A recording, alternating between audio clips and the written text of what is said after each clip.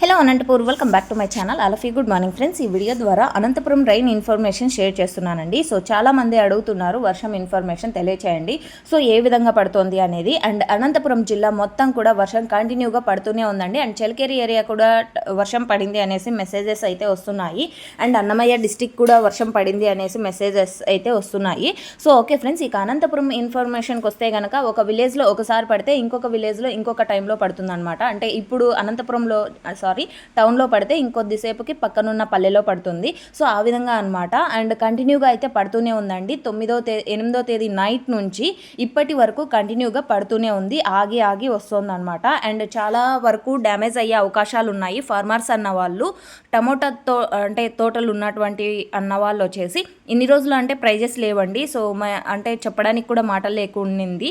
And ఇప్పుడు వచ్చేసి prices పెరుగుతున్నాయి కాబట్టి సో ఫ్యూచర్లో కూడా ఇంకా డిమాండ్ వస్తే కనుక ప్రైస్ పెరిగే అవకాశాలు ఉన్నాయి కాబట్టి సో మంచిగా కేరింగ్గా చూసుకోండి. అంటే వర్షం ఆగిపోతేనే స్ప్రేయింగ్స్ ఇవ్వడం కానివ్వండి. అండ్ అలాగే నేల మీద కాకుండా ఇలాంటి వర్షాలకు దెబ్బతింటాయనేనండి స్టేకింగ్ చేయమనేది. సో ఇప్పుడు వచ్చేసి ప్రైజెస్ ఉన్న టైంలో ఇలాంటి టైంలో మీరు నేల మీద పెట్టి అవి నీళ్లు నిలిచి కొంచెం డ్యామేజ్ అయితే చాలా అంటే చాలా బాధ ఉంటుంది.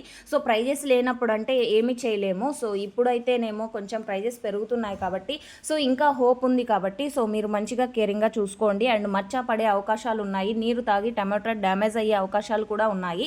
ఎందుకంటే ఒకసారి వర్షం పడి ఆగిపోతే ఎటువంటి ప్రాబ్లం ఉండదు. బట్ కంటిన్యూగా పడుతోంది కాబట్టి ఇంకా రేపు కూడా వర్షం ఉంది అనే వాతావరణం అయితే చెప్పింది మనకి అనంతపురం జిల్లా మొత్తం కూడా.